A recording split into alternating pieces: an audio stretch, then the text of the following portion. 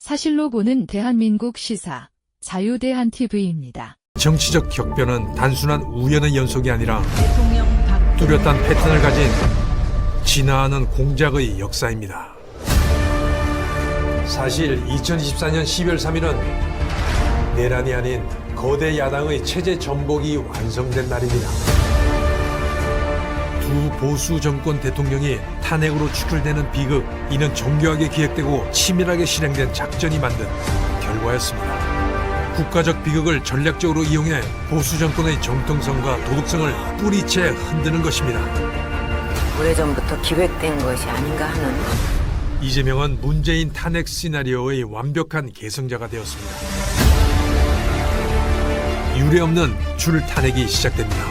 정부가 제출한 예산안을 야당이 단독으로 감액해 부정선거가 아니면 거대 야당을 만들 수 없고, 통계적으로는 조작이 아니면 나올 수 없는 그래프입니다.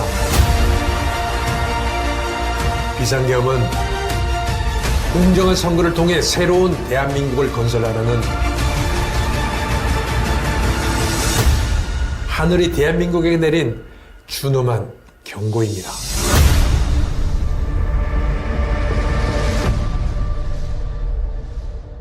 서 있는 분들도 보이죠? 네.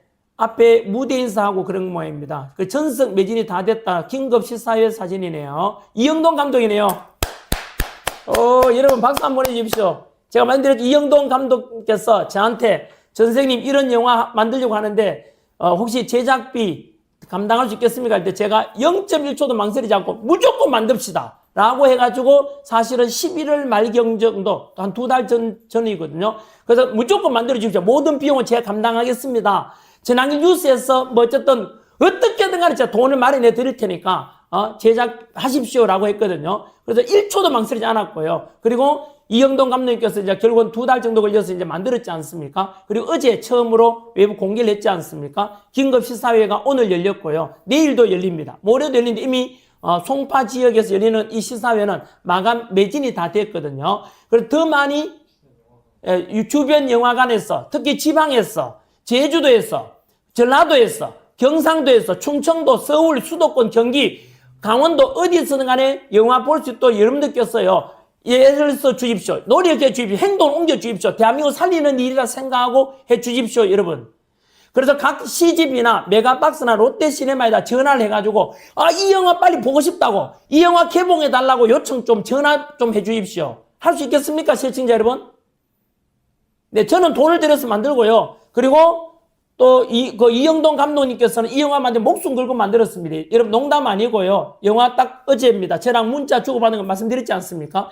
이영동 감독님은 오직 이 이상하게 돌아가는, 아니 비상기업이 무슨 내란이냐고, 진짜 내란은 윤석열 대통령이 아니라 이재명이가 내란 우두머리 아니냐, 진실이 그런 걸 밝히는 말 그대로 다큐멘터리, 팩트를 체크하는 그런 영화가 됩니다. 우리나라 탐사보도 1인자가 이영돈 PD 아닙니까? 그래서 여하튼 이렇게 만드는데 이영돈 감독님께서 하시는 소감이 그겁니다. 저는 목숨 걸고 이 영화를 국민들께 바칩니다.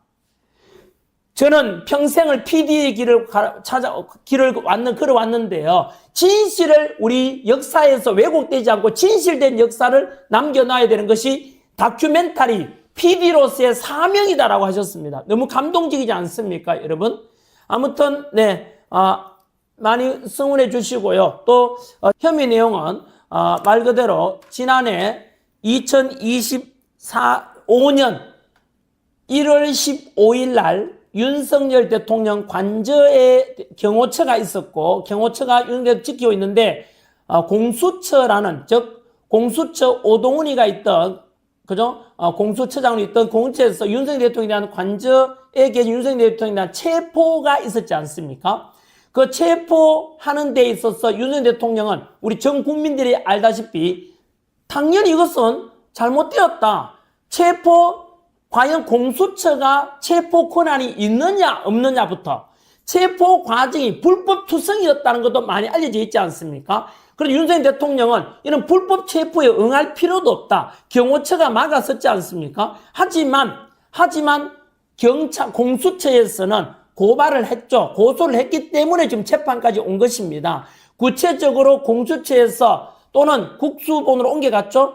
이렇게 해서 또는 검찰이 해온 것에 대한 혐의는 말 그대로 공수처의 대통령 관저에서 계시는 윤석열 대통령을 체포하려고 할 때 체포영장 집행을 저지한 혐의, 짧게 체포방해 혐의라고 합니다. 체포방해 혐의에 대해서 5년형을 1년 선고했는데요. 요거에 대해서 제가 한번 보십시오, 여러분. 제가 먼저 여기 이 방송 보시는 중에서는 뭐 변호사도 계시지 않습니까? 제 아는 변호사도 보던데요. 여러 변호사가 본다 하더라고요. 네.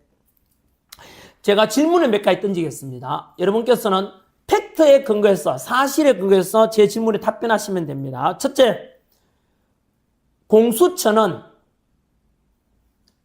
윤석열 대통령의 내란 혐의에 대한 내란죄에 대한 수사권이 있습니까? 첫 번째 질문입니다. 두 번째, 판사가 입법을 해도 됩니까? 세 번째 질문입니다. 공수처가 경찰 지휘권이 있습니까? 네 번째입니다. 공수처가 영장 쇼핑, 다시 말하면 공수처의 체포와 구속영장은 중앙지법, 서울중앙지법에 청구해야 되는데 그게 기각되면서 쇼핑했죠. 이쪽 갔다 안 되니까 저쪽 가는 거죠. 서부지법에다가 체포영장을 청구했습니다. 이거 영장 쇼핑해도 된다는 규정이 있습니까? 자, 여러분 한 번 더 말씀드리지만 공수처 법에는 제가 물었는 답변을 그대로 제가 또 하겠습니다. 공수처 법에는 분명히 1번 공수처법 규정에는 내란 수사권이 없습니다. 두 번째, 공수처법 규정에는 경찰 지휘권이 없습니다.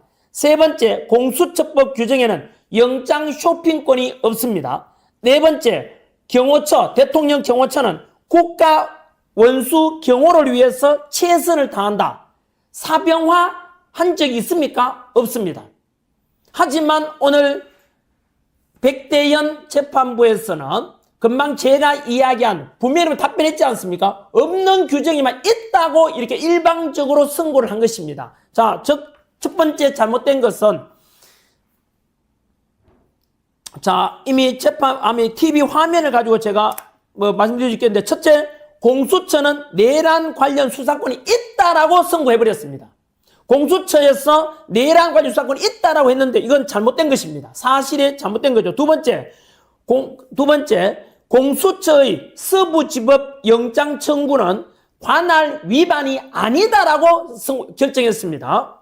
세 번째, 그 결과 5년을 선고했는데요. 이건 전부 다 백대현 판사의 잘못된 선고다. 사실관계에 어긋난 것이다라는 것을 저는 대통령제 변호인단도 이런 표현을 했습니다. 전혀 황당한 선고였다. 정치적인 선고였다는 것입니다. 체제전쟁은 누군가 대신 싸워주지 않습니다. 정치인도 권력자도 대신 책임져 주지 않습니다. 이 전쟁의 승패는 오직 시민의 각성과 참여에 달려 있습니다. 시민이 깨어나지 않으면 변화는 일방적으로 흘러가고 시민이 함께하지 않으면 자유는 너무 쉽게 무너집니다. 침묵과 무관심은 중립이 아니라 방관입니다. 대한민국을 지킬 수 있는 힘은 깨어있는 시민의 연대에 있습니다. 지금은 기다릴 시간이 아닙니다. 지금 이 순간이 바로 시민이 나서야 할 때입니다. 시청자 여러분, 지금 대한민국에서 벌어지고 있는 상황은 단순한 정치 논쟁이 아닙니다. 우리는 이미 체제전쟁이 한가운데에 서 있습니다. 총과 탱크는 없지만 제도와 여론, 사법과 언론을 통해 국가의 방향이 조용히 그러나 분명하게 바뀌고 있습니다. 이 전쟁의 가장 무서운 점은 많은 국민이 전쟁 중이라는 사실조차 인식하지 못한다는 데 있습니다. 겉으로는 개혁과 변화라는 이름을 쓰지만 그 이면에서는 자유민주주의의 기본 질서가 흔들리고 있습니다. 지금 이 흐름을 제대로 보지 못한다면 우리는 선택하지 않은 결과를 받아들이게 될지도 모릅니다. 시청자 여러분, 체제전쟁은 정치권이나 특정 인물의 문제가 아닙니다. 이 전쟁은 오직 시민이 얼마나 깨어 있느냐에 따라 방향이 결정됩니다. 제도와 여론, 법과 언론을 통해 진행되는 체제 전쟁은 위에서 막아주지 않습니다. 결국 이를 인식하고 대항할 수 있는 존재는 시민뿐입니다. 시민이 무관심하면 체제는 조용히 이동하고 시민이 침묵하면 변화는 기정사실이 됩니다. 체제 전쟁은 타협으로 끝나지 않습니다. 깨어있는 시민이 연대하고 분명히 대항할 때만 멈출 수 있습니다. 지금 필요한 것은 기다림이 아니라 각성이고 기대가 아니라 행동입니다. 체제 전쟁은 오직 시민이 깨우치고 시민이 함께 대항할 때만 막을 수 있습니다. 이것이 지금 대한민국이 마주한 가장 분명한 현실입니다. 시청자 여러분, 전환길은 연봉 60억의 기득권을 스스로 내려놓고 지금 이 순간에도 미국 현장에서 시민과 해외 교민들에게 진실을 알리고 있습니다. 전환길은 전환길 TV를 통하여 올드미디어가 전하지 않는 진실한 뉴스를 직접 책임있게 전달하고 있습니다. 외롭고 힘든 길임을 알면서도 그는 꿈에서도 거짓말은 하지 않는다는 다짐으로 이 길을 걷고 있습니다. 이 싸움은 전환길 혼자의 싸움이 아닙니다. 진실이 침묵되지 않도록 시민 여러분의 응원과 기도가 필요합니다. 전환길의 목소리가 멈추지 않도록 구독과 좋아요로 함께 해주시기 바랍니다.